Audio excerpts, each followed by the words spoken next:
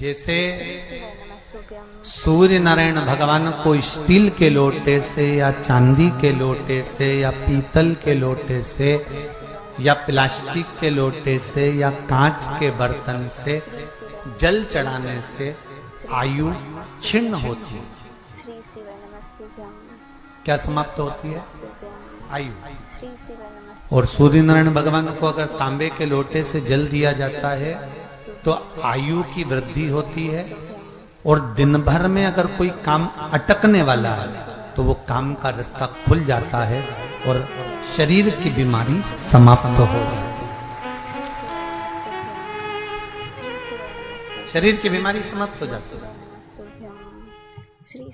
एक नियम बना लो कि हमारे शरीर को, क्योंकि दिन भर हम दुकान पे बैठे रहते हैं, नौकरी में लगे रहते हैं, सर्विस में लगे रहते हैं। अगर मुंबई, पूना, चेन्नई, मद्रास आदि अधिक बड़ी बड़ी सिटियों में लोग रहते हैं तो उनको ऑफिस जाना पड़ता है। सवेरे से जल्दी उठते हैं, काम करते हैं, दिन भर ऑफिस में लगे रहते हैं। व्यापार करने वाला व्यक्ति व्यापार करता रहता है, नौकरी करने वाला व्यक्ति नौकरी करता रहता है, धंधा करने वाला व्यक्ति धंधा करता रहता है, ठेला चलाने वाला, गाड़ी चलाने वाला गाड़ी चलाता रहता है। घर की माताओं को एक नियम नए संवत्सर से चालू कर देना चाहिए। क्या नियम? क्योंकि जान है तो जहान है। बोलो सही है कि गलत है? शरीर में रोग आ गया, बीमारी आ गई और तुमने 5 लाख रुपए महीना भी कमाया, मान लो, एक सरल भाषा में समझ लो, 5 लाख रुपए महीना तुम कमा रहे हो, 4 लाख रुपए महीना तुम कमा रहे हो, और शरीर में बीमारी आ गई। अब वो 5 लाख रुपए तुम्हारे कमाए हुए किसी काम के हैं क्या? हॉस्पिटल में जाओगे, दवाई में, गोली में, जांचों में वो समाप्त होते चले जाएगा। तुमने कमाया किसके लिए था? अपने बच्चों के लिए। मेहनत किसके लिए करी? अपने बच्चों के लिए। परिश्रम किसके लिए करा? आगे बढ़ने के लिए। और मालूम पड़ा कि तुम बीमार पड़ गए, जितना तुमने कमा कर जोड़ा था वो सब तुम्हारी बीमारी में लग गया। तो ऐसा कमाना कोई फायदे का है क्या?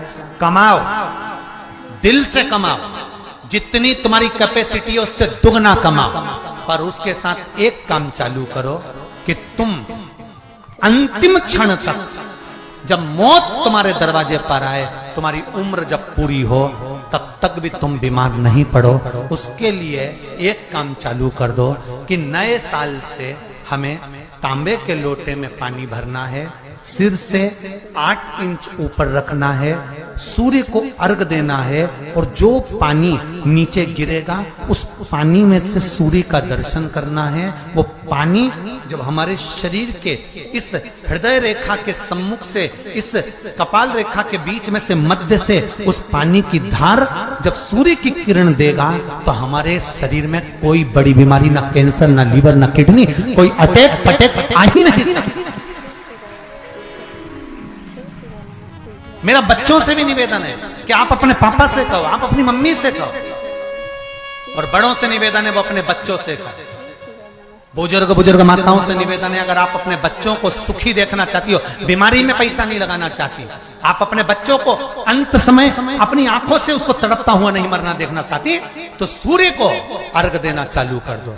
क्योंकि सूर्य की किरण जल के साथ जब इस शरीर पर पड़ती है तो शरीर में कोई बीमारी टिक ही नहीं सकती। ये श्रीमद् शिव महापुराण की कथा कह रहे हैं। ये ज्योतिष शास्त्र कहता है, रंग शास्त्र कहता है। हमारे जितने ज्योतिष शास्त्र हैं, रंग शास्त्र हैं, नग बताते हैं, मोती बताते हैं, नीलम बताते हैं, पन्ना बताते हैं, ये सब क्या पहनाते हैं? रंग का क्यों पहनाते हैं? क्योंकि रंग का इफेक्ट इस शरीर पर पड़ता है। कपड़े कौन से कलर के पहन रहा है उसका इफेक्ट इस शरीर पर पड़ता है। उसी तरह 8 इंच ऊपर मस्तिष्क से तुम्हारा हाथ होना चाहिए, तांबे के कलश में जल होना चाहिए, और सूर्य को देखकर उस जल की धार में सूर्य को जल दीजिए। जिंदगी में बीमारी तुमको नहीं घेर सकती, और बीमार हो भी गए हो तो 15-20 दिन करके देखने में कुछ नहीं जाता।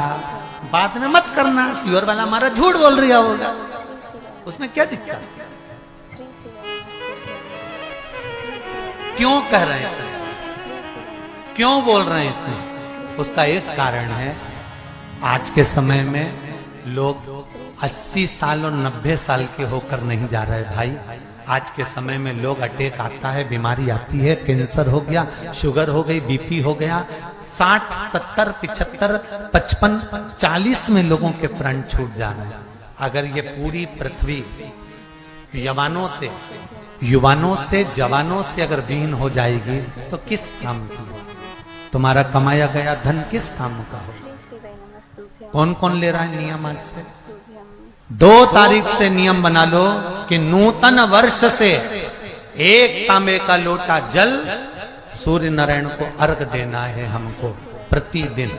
घर का चाहे छोटा हो चाहे बड़ा हो, जिस बच्चे को रोज बुखार आता हो, निमोनिया हो रहा हो, जिसका लीवर किडनी डैमेज हो गया हो, वो नियम बना लो 15 दिन के अंदर 20 दिन के अंदर डायलिसिस में अंतर आ जाएगा तुम्हारे। तुम कर तो देखो, ये प्रभाव करे।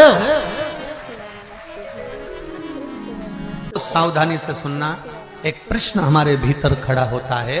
जब हम सूर्य नारायण भगवान को अर्घ देते हैं, जल चढ़ाते हैं, तो वो जल पृथ्वी पर जब गिरता है तो उसके छींटे हमारे शरीर पर लगते हैं। क्या वो ठीक है? क्या वो श्रेष्ठ है? तो शिव महापुराण की कथा कहती है, जब हम सूर्य को अर्घ देते हैं, सूर्य को जल चढ़ाते हैं, वो पानी जब पृथ्वी पर गिरता है, उसके छींटे हमारे शरीर पर लगते हैं, तो वो श्रेष्ठता का भाव निर्मित करते हैं। वो गलत नहीं हो सकता। कारण अब वो भी समझ लीजिए।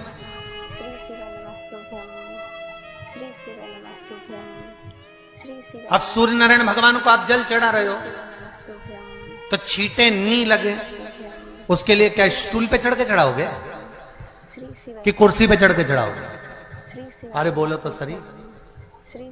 अब कई लोगों के दिमाग में यह बात भरा गई कि हम भगवान को जल चढ़ाते हैं, वो हमारे शरीर में छींटे लगते हैं, जमीन पे से पानी गिरता है, वो हमारे शरीर को छींटे लगते हैं, भगवान को अच्छा नहीं लगता होगा। कौन ने कहा? पहले तो उसको पकड़ के ला। श्री शिवाय नमस्तुभ्यं, श्री शिवाय नमस्तुभ्यं, श्री शिवाय नमस्तुभ्यं, श्री शिवाय नमस्तुभ्यं। क्योंकि मेरे राम जी महाराज, मेरे भगवान कृष्ण, श्री शिवाय नमस्तुभ्यं, श्री शिवाय नमस्तुभ्यं। बड़े बड़े संत, साधु, सन्यासी, तपस्वी, साधक, उपासक जितने भी हुए, जिन्होंने सूर्य की आराधना करी, इन्होंने टेबल पे चढ़कर या कुर्सी पे चढ़कर जल नहीं चढ़ाया। इन्होंने पृथ्वी पर खड़े होकर ही, क्योंकि पृथ्वी तत्व के देव हैं शिव। जब हम मृत्यु लोक पर खड़े होकर, पृथ्वी पर खड़े होकर भगवान शंकर का भाग पृथ्वी तत्व को धारण कर कर जल को हाथ में लेकर जब समर्पित करते हैं, और जो जल नीचे गिरता है वो शरीर पर अगर लगता है तो हमको उसका आशीर्वाद ही प्राप्त होता है, दोष नहीं लगता। पर लोगों ने इसको विपरीत कर दिया। कि कौन ने विपरीत करा? कई लोगों ने इसको विपरीत कर दिया। कौन ने विपरीत करा? तो जो दूसरे धर्म के लोग होते हैं, जिनको हिंदू धर्म से नफरत होती है और जो हिंदू धर्म की पूजन, सेवा, अर्चना को समाप्त करना चाहते हैं, वो धीरे धीरे धीरे धीरे कहने लगे कि सूर्य को जल चढ़ाओगे तो शरीर में लगेगा, शरीर में लगेगा तो दोष लगेगा। इसको कह कहकर घर घर में सूर्य को जल चढ़ाना लोगों ने बंद कर दिया कि आप जल चढ़ाएंगे तो दोष लगेगा, शरीर पे छींटा लगेगा, शरीर को ऐसा लगेगा। ये दोष नहीं है। श्री शिवाय नमस्तुभ्यं, श्री शिवाय। कितनी सुंदर बात है महाराज। श्री शिवाय नमस्तुभ्यं, श्री शिवाय नमस्तुभ्यं। सूर्य नारायण भगवान को जब जल चढ़ाया जाता है, हाथ सिर से 8 इंच की दूरी पर होना चाहिए। श्री शिवाय नमस्तुभ्यं। जम के बोलिए, सिर से कितना ऊंचा होना चाहिए? 8 इंच ऊपर अपना हाथ होना चाहिए, मस्तक से सूर्य को जल चढ़ाते।